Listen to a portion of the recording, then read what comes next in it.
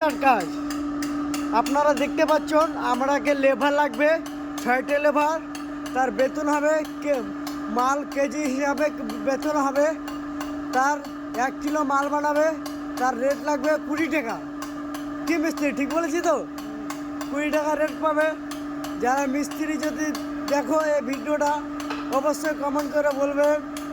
দেখতে পাচ্ছেন আমাদের মিস্ত্রির নাম হচ্ছে, একটা নাম হাবিব, একটা নাম চন্দনদা।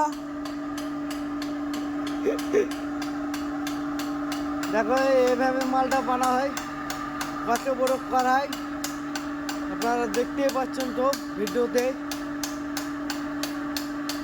একবার হাই মেরে দাও হাবিবদা,